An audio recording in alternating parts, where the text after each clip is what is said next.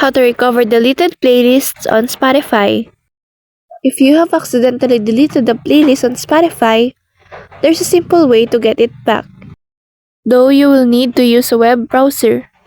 Start by logging into your Spotify account at spotify.com using your email and password. Once you're signed in, go to your profile icon in the top right corner and select Account.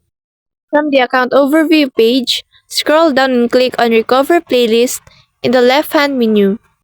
You will see a list of playlists you have deleted within the past 90 days, each showing the date it was removed.